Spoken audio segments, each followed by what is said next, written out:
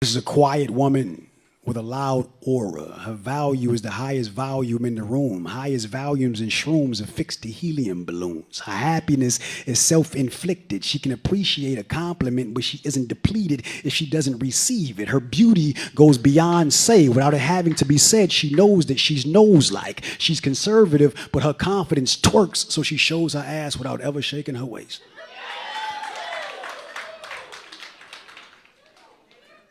She's recycled her wasted days and repurposed the material to manufacture a stress-free future. So now all these heart hackers' attacks have no impact. She's an empath. So she's very careful about where she places her energy. Society tests her on a daily. She just dons her cape and she superheroes through the hearsay. She dances to all the doubt like Diddy produced it. Even when under the gun, she performs like no weapon has been formed. This woman goes against